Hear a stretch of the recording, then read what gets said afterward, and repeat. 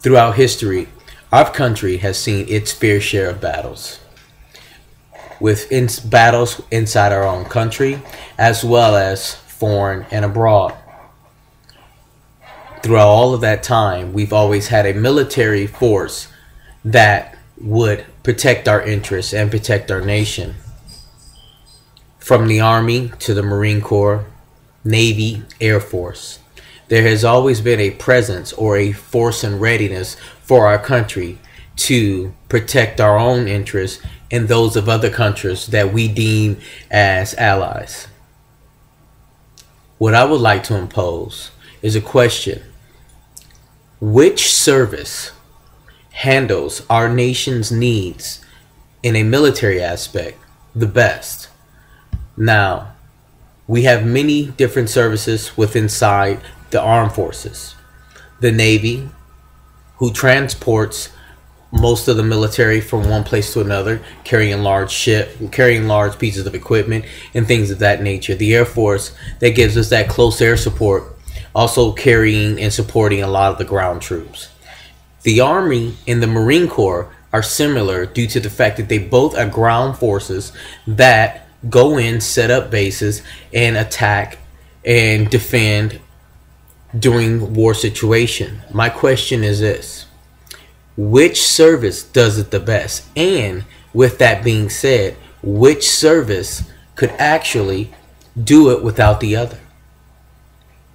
Good evening. My name is Anthony Sims, and I'm a gunnery sergeant in the United States Marine Corps. I've served in the Marine Corps for over 18 years. Now, with that, I have been able to jointly serve with other forces. Other forces as the Army, the Navy, and the Air Force. So what I've been able to do is get time with all different forces and different types of environments and job descriptions, from drill to combat, from intelligence and other aspects of military situations. So I believe I have a good observation on what each service does and how they are effective. With that said, I hope that lends credibility to this brief. In today's brief, we will be discussing the size of the forces, the annual cost, the combat effectiveness, the intelligence that is required to serve in the military, as well as the physical fitness requirements, meaning the minimum. Each service has its own PFT, physical fitness test, as well as the duration of the boot camps. The size of the forces.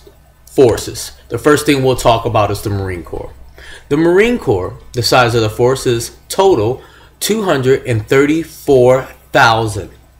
Active duty, 194, while our reservists are only 40,000. Now, as you will see, that the Marine Corps is a very small force.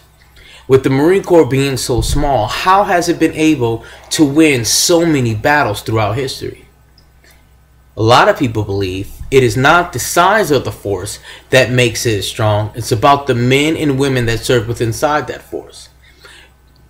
The Marine Corps has been known to be some of the fiercest fighting individuals throughout the world, receiving all different types of nicknames, from Tuffelhunden to Leatherneck to Jarhead, and they're also known as America's 911. Now, to run a lean, mean fighting machine like the Marine Corps, it only costs the nation annually $40 billion a year. Now, I know $40 billion seems like a lot of money, but into perspective to the other forces, as you will later see, is a very small amount.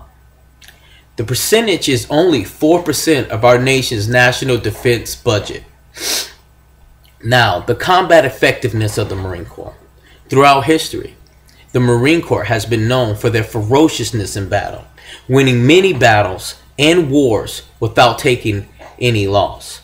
Now, as many of us know, the only war in American history that is still ongoing, besides the War on Terror, is the Korean War, which there was never a cease or a submission of actual defeat. So it's in perspective on how you look at it, or you would like to perceive the Marine Corps' combat effectiveness in these wars.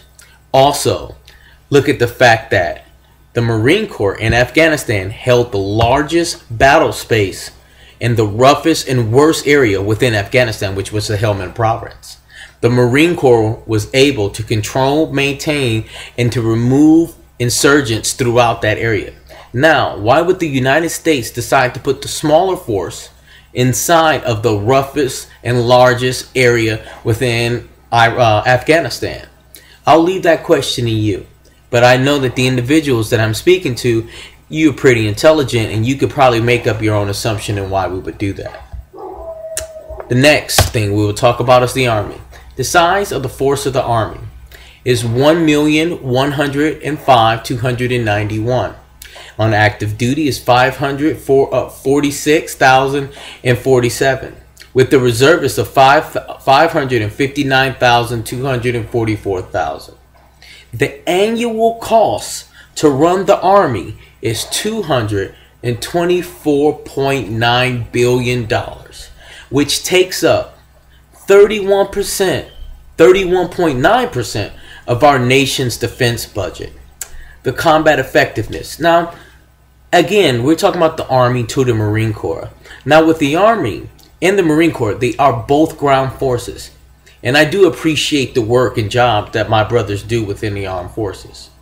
The difference is that the Army is not there to take battle space. They're there to maintain the battle space. They are not trained to go in and to take battle space from the actual terrorists or insurgents or enemy combatants like Marines are. They're there to sustain it. But as we have seen through the last war with Afghanistan and Iraq, the Marines also took on the job of sustaining battle space and staying in places for over a year, which the Marine Corps is not built to do. The Marine Corps was built to go into a place for 6 to 7 months and then rotate the next unit out or don't come back at all. Where the Army is built to stay there for a long time, as in we look at Kosovo or things of that nature. So that's something for you to think about at the same time. Now, we're going to talk about the basic requirements to join each service. Now, to join such a fighting force as the Marine Corps, one of the things we need to understand in any military service in that is that you need intelligence, you need to be physically fit, and you must be able to meet the challenges of each boot camp. Now, the intelligence to join the Marine Corps, the minimum score that you need is a 50. A 50 on the ASVAB. That is the Armed Service Vocational Aptitude Battery. The physical fitness, a minimum requirement of pull-ups 3, sit-ups 45, and a 3-mile run must be done in 27 minutes. The Marine Corps basic training is 3 months straight. Now, in the Army, the ASVAB is just the same. The difference is that the minimum score needed to join the Army is a 31, which is far less than the Marine Corps. So we already starting off with a little things different because the Army does not require the same intelligence that the Marine Corps does. Their standard is below what the Marines require just for the lowest basic trained Marine, of 50 for a Marine and 31 for the Army. Now, when it comes to their physical fitness, even though the tests are different, you can still sort of gauge what is required of each. Now, to do a push-up, all you need to be able to do is do 85 push-ups in 2 minutes, 60 sit-ups in 2 minutes, and a 2-mile run in 15 minutes and 56 seconds. Now, the boot camp is only 2.5 weeks, which is 2 weeks shorter than the Marine Corps. Looking at these scenes overall, the question I will want to ask you is, do you believe that a service that requires less of the members that join it should be the one in charge of your safety? Do you believe that a service that would allow any type of person with felony convictions and different things of that nature to be able to protect your family? In conclusion, we have talked about the size of force, the annual cost, the combat effectiveness, intelligence, and physical fitness and boot camp. I hope that I've been able to give you information so that you can think about who is protecting your nation. Good evening.